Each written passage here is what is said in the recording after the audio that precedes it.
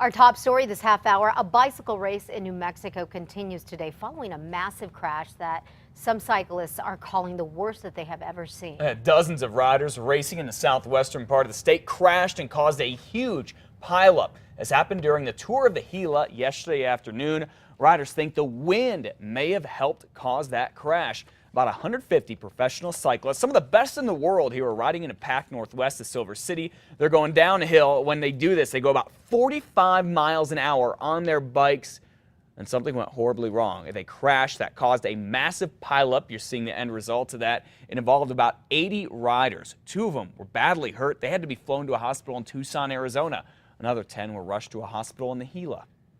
The vast majority of the folks that were involved in the accident got back on their bikes and finished the stage.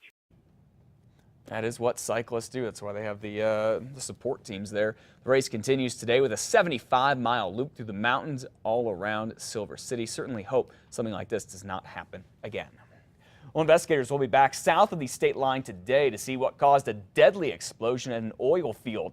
This blast happened yesterday about 60 miles southeast of Carlsbad in the town of Mentone, Texas. 2 people were killed and 9 others were hurt. Investigators say the workers were on a rig that separates oil from water when the blast happened. The lawyer for Ryan Ruff, one of 3 young men accused of raping a UNM student, is questioning the alleged victim's story. She says there is evidence that will clear the suspect's name. Listen. Through investigation, we have developed concrete evidence that the complainant in this matter has lied to the police and lied to UNM. All right, Ruff's attorney also said UNMPD has botched the investigation. She claims cops could have obtained Ruff's BMW, the car where the alleged gang rape took place, a long time ago. News 13 asked UNMPD if they ever asked Ruff for the BMW. They said that they did not, but declined to answer more questions on the investigation. The lawyer for another suspect in the same case says evidence will also clear his client's name. Lobo cornerback Saquon Edwards was in court yesterday on rape and kidnapping charges. Edwards was arrested on Tuesday after the victim identified him in a photo lineup. In court, Edwards' attorney said he has surprising forensic evidence that proves Edwards is innocent. I can assure the court that I've looked at this case very carefully, and I have in my possession a very significant piece of forensic evidence that is strongly indicative of Mr. Edwards' innocence.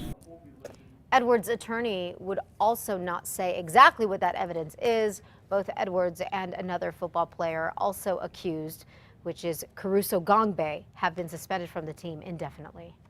Police in Santa Fe are now looking for an armed robber that quickly became a disarmed robber after he went after the wrong woman up there. This happened Monday night. Take a look at this video. You can see a man in the Plaza de Centro America about 8 o'clock demanding money from the mother and daughter who work there. The daughter grabs a knife. After a struggle, the robber gets the knife. That's when the mother fearlessly grabs the robber's gun and pulls the trigger. Well, that's when she realized, guess what? The gun was a toy, and she starts hitting him with it. Way to fight back. The mother and daughter soon pounce the man. They grab the knife and they pull him toward the door. He got away without any cash. If you happen to know who he is, please call police. The family of a Hobbs woman shot and killed by police has filed a federal lawsuit.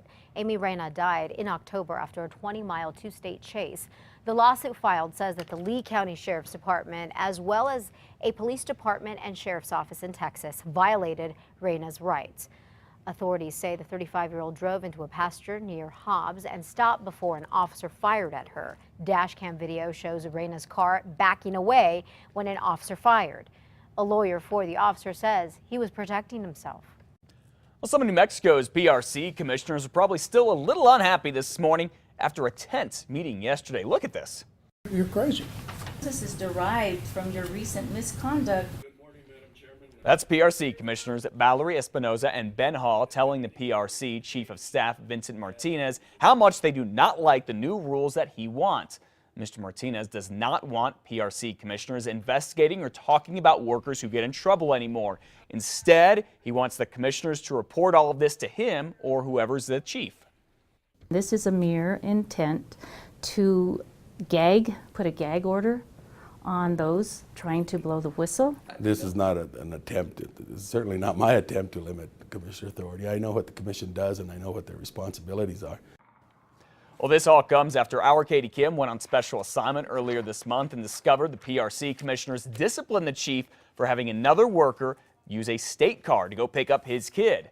That is against the rules. The PRC didn't do anything with the idea for these new rules yesterday, but we'll talk about them again next week. 537, if you own a home here in New Mexico, flood insurance, probably not the first thing or on your mind or anywhere near the top of the list of things you think about. That's right. We live in one of the driest states. But what if the federal government says you are in a flood hazard zone? It might be the only thing on your mind, especially if the feds are wrong. On special assignment last night, we told you that Wendy Young thinks that's the case with her house. Her family has lived there for several years and they'd like to buy the home from their dad, but it's going to take a mortgage and more than $1,000 a year in flood insurance premiums. Young will likely have to pay for someone to measure her property to convince the Federal Emergency Management Agency, FEMA, that it made a mistake. If I thought that we were in danger of flooding, of course I would want flood insurance. I have no problem with paying for flood insurance if we need it. When FEMA redraws flood boundaries, thousands of homeowners are going to be in the same situation. You can watch more of this story tonight on 9 or on 2 Casa Fox at 9 o'clock, and you can also see it on our website. Go to KRQE.com. You will soon notice a TV spot from a Democratic governor candidate. It's the first to hit the airwaves from the party's candidates. Lawrence Real sees a very different New Mexico. And as governor, you can trust Lawrence to get us there. The spot is for Lawrence Real. He ran the Albuquerque city government as chief administrator officer for 12 years. The ad is called Contrasts. It doesn't name his 4 primary opponents or Governor Martinez. UNM political science professor Gabe Sanchez says the ad is a big step.